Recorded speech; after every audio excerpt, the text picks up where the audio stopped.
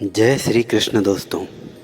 क्या आपने कभी रात में अकेले बैठकर भगवान से यह सवाल पूछा है, हे भगवान, मैंने किसी का बुरा नहीं किया, फिर भी मेरे साथ ही इतना बुरा क्यों हो रहा है? कुछ लोग धोखा देते हैं फिर भी सफल हैं, कुछ लोग झूठ बोलते हैं फिर भी खुश दिखाई देते हैं, लेकिन जो ईमानदार है, जो किसी का बुरा नहीं चाहता, उसी को सबसे ज़्यादा संघर्ष क्यों मिलता है? अगर आपके मन में भी कभी ये सवाल आया है तो आज का वीडियो आपके जीवन का सबसे महत्वपूर्ण वीडियो हो सकता है, क्योंकि आज इसका उत्तर कोई साधारण व्यक्ति नहीं देगा, स्वयं भगवान श्री कृष्ण देंगे भगवद गीता के माध्यम से। और अंत में मैं आपको एक ऐसी कहानी सुनाऊंगा जो शायद आपके जीवन की दिशा ही बदल दे।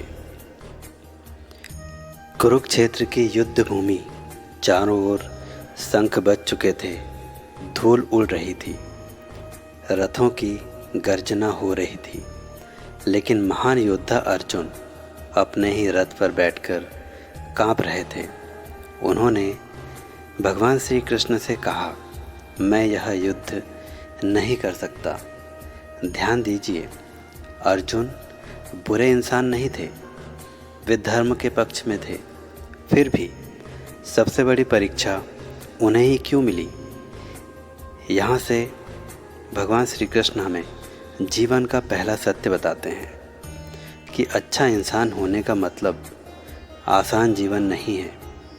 अक्सर हम सोचते हैं अगर हम अच्छे हैं तो भगवान हमें दुख नहीं देंगे, लेकिन गीता ऐसा नहीं कहती। भगवान श्री कृष्ण कहते हैं कि जीवन का उद्देश्य केवल सुख देना नहीं, बल्कि आत्मा का विकास करना है।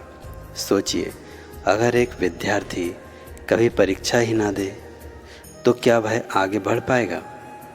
नहीं। इसी प्रकार परीक्षाएं यह साबित करने नहीं आती कि आप कमज़ोर हैं, वे यह दिखाने आती है कि आप कितने मजबूत बन सकते हैं। मात्रा स्पर्शास्तु कौन्तेय शीतोष्ण सुख दुःखदाः।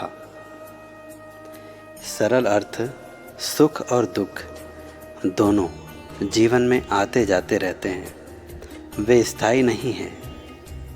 जो व्यक्ति इन्हें धैर्य से सहना सीख लेता है, वही वास्तव में आगे बढ़ता है। आगे हम एक किसान की कहानी के माध्यम से इसे समझेंगे। एक गांव में दो किसान रहते थे। हर एक मुश्किल में भगवान को दोष देता था एक किसान, और दूसरा हर कठिनाई में भगवान का धन्यवाद करता था। एक वर्ष भीषण सूखा पड़ा। पहले किसान ने खेती छोड़ दी। दूसरे किसान ने कहा, शायद भगवान मुझे कुछ नया सिखाना चाहते हैं।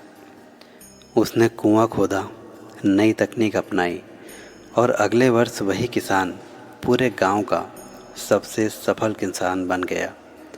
कभी कभी भगवान हमारी परिस्थितियां नहीं बदलते, वे हमें बदल देते हैं। और जब इंसान बदल जाता है तो उसकी पूरी ज़िंदगी बदल जाती है, उसकी पूरी दुनिया बदल जाती है। अब मन में प्रश्न आता है कि अच्छे लोगों को अधिक परीक्षा क्यों? अच्छे लोगों के साथ अधिक कठिनाइयाँ, अधिक परेशानी क्यों? क्योंकि भगवान हीरे की परीक्षा लेते हैं, पत्थरों की नहीं। महाभारत में देखिए, युधिष्ठिर, विदुर, अर्जुन सभी धर्मपरायण थे, लेकिन सबसे अधिक कठिनाइयाँ भी उन्होंने ही झेली। क्यों? क्योंकि उनसे बड़ा कार्य करवाना था। आज के जीवन में इसका अर्थ क्या है? अगर आज आपका बिजनेस नहीं चल रहा, नौकरी नहीं मिल रही, रिश्ते टूट रहे हैं, लोग आपको समझ नहीं रहे, तो तुरंत यह मत सोचिए कि भगवान ने आपको छोड़ दिया।